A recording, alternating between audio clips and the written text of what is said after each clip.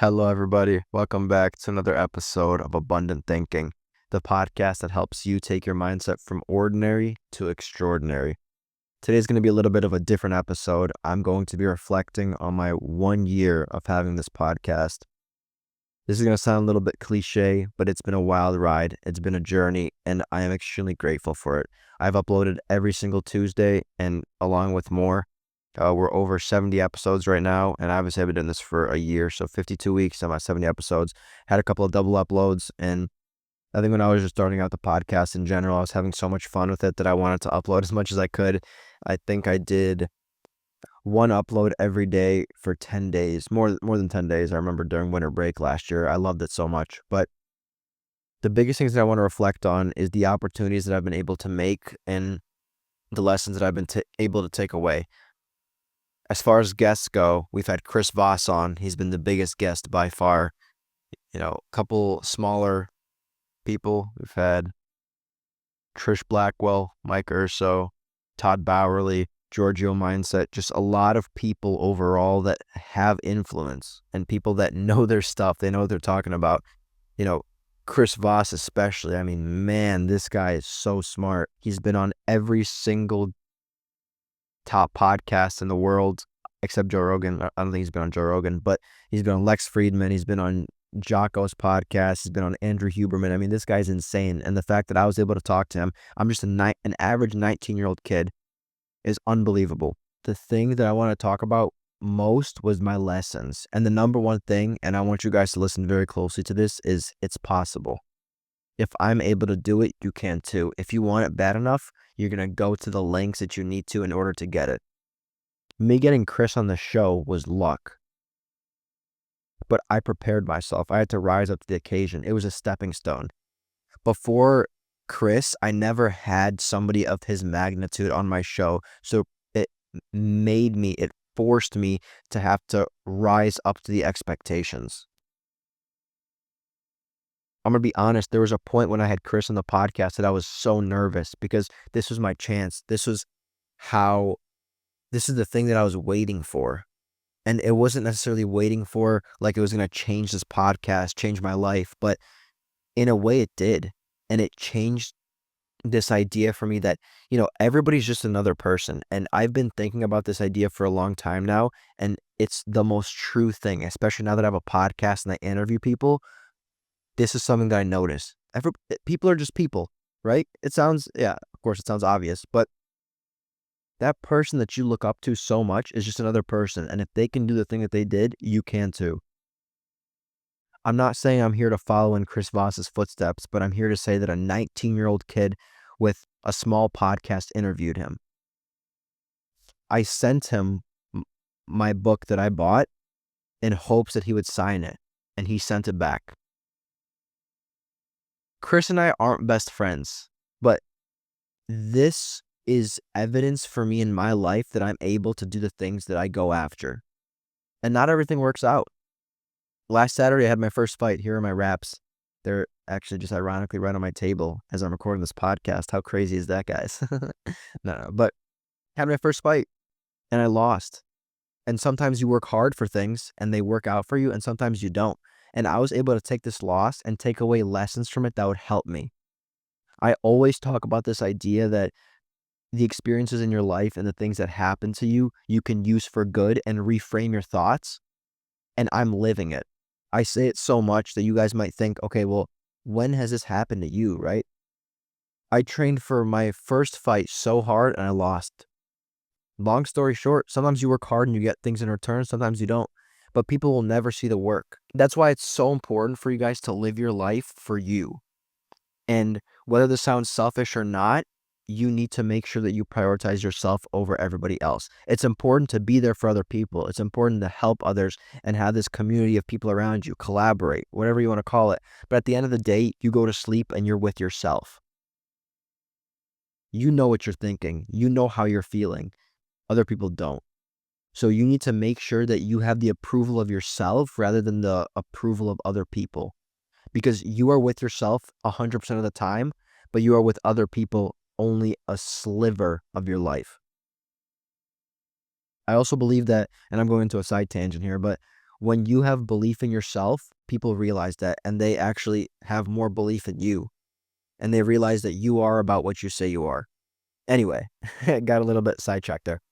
I was able in this 1 year of podcasting to take away so many amazing lessons. I was able to work so hard that nobody's ever going to know about. I mean, I'm not going to tell you guys what I've done for the work. You guys aren't going to know about it, but that's the beauty of it because 99% of the things that I've done for this podcast, you guys don't see. But then the 1% that you do see might appear as, oh, that's lucky. Oh, that's cool. But people don't see the background. I think having this podcast has been such an amazing reminder for me to not only stay consistent, but fall in love with the craft. You don't have to love everything about it, but just enjoy the process you're going through. Enjoy your life. Enjoy the journey, right? Enjoy. I just finished Relentless. I forgot the author's name, but it was Michael Jordan, Kobe Bryant's coach. He says, fall in love with the result. It's okay if you hate it. You're going to love the result if you work hard enough. A lot of people don't know this, but when I started this podcast, I set a 2-year contract for myself. I said, I'm going to do this for 2 years before I even think about whether or not this is something that's for me or not. And this has been the best thing for me because once I signed this contract for myself, first of all, I knew I was keeping my promise. I knew it because what kind of a person would I be not to keep my promise, especially when I have a podcast like this? And even outside of this podcast, exactly what I'm talking about, what type of a person would I be if I didn't keep my promise? I would be somebody that others can't rely on, which is the opposite of who I want to be. Once I set this contract with myself, I thought very deeply about whether this is something that I want to pursue because I knew this would be 104 weeks of me doing this podcast. It would be 2 years. Whatever 365 times 2 is. You guys get the point. I don't know where I heard this idea, but people said like set a long-term contract with yourself because it'll keep you accountable, and it has. I have 1 year left on my remaining contract, quote unquote, before I can even wonder if this is something that I want to do for myself or not. And guess what? Once this next year hits, when it's going to be December 2025, I'll think to myself, okay, now I might be thinking and wondering if this is something for me or not. But right now, I don't question anything. I told myself I'm going to upload. I need to have at least 104 episodes, one every single week by December 2025. I think I positioned myself also in a good way because I wanted to learn a lot about mindset and myself. So this is the podcast I started. And throughout the time, I think I've matured so much in the position that I'm in.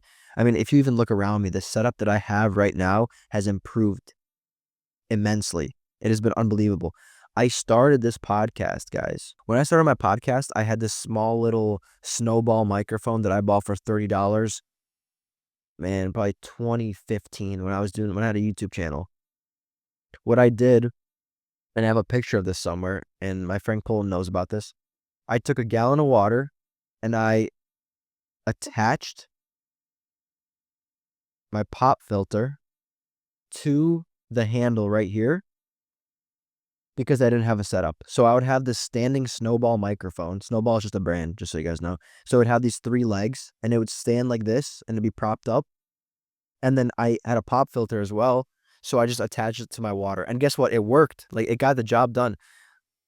I just think so many things have improved from my time on my podcast, and I can't wait to see what the next year has in store for me. But rather than looking at the future and being excited about the opportunities to come, I'm grateful for the opportunities I've already had in the past. I'm hoping to get I'm not hoping. I am going to get extremely notable guests next year. I'm going to have guests that you guys could never have thought I would ever have on this show in this next coming year. I know it. I have confidence in myself, and I'm going to work so hard to make sure that happens. Not to impress you guys, not for you guys to think that I'm this amazing person who can do amazing things, but to prove to myself that I am the person that I say I am, and that if I go after something, I'm going to get it. I have this relentless mindset that if I am going to go after something, I'm getting it. It's not personal for anybody else, but I'm the priority. And I'm not saying I'm going to be shelled up, not talking to anybody for a year straight, but prioritizing myself, I speak from experience, in this past year has done me nothing but good. I have amazing relationships with people around me. And I would even say that since I've been careful with my time, quote unquote, I'm not going to say that I'm Alex. I'm not going to say that I'm somebody who is extremely vicious with how they spend their time, but I feel like I've built better relationships with people because my time is a little bit more valuable. A little bit. I'm not going to sit here and pretend that I work 9 hours a day and then I can only talk to people for 30 minutes. No, like I talk to a lot of different people, but the people that I really want to get close to, I see and I go after them and I make sure that the value that I have with them is worth it. Like, is this person somebody I'd actually want to spend time around? I really like spending time around people who can get deep, who can go below the surface, have a very nice conversation with. I don't want to talk about the weather. I don't care about how the football teams performed. I don't care about a 90-yard touchdown. I don't. And that's fine if you do, but I'm saying that when I look for people, if I'm able to have a deep conversation with them, it amplifies my relationship with them. This next year, I am going to make more improvement than I ever have in my life. I'm going to read more books. I'm going to educate myself more. I'm going to be able to speak to extremely successful people in their fields. And I'm going to help you guys while doing everything. Thank you so much for listening to this episode. My setup's going to be better. Things are going to change me. Relationships around me are going to change. I'm going to be able to be extremely amicable with other people. And I'm going to rub people off on the right way. Thank you again for listening to this episode. Let me know what you think down in the comments. I know it's been a little bit of a different episode, but I will see you guys next year. I'm joking. I'll see you guys next Tuesday. Thank you.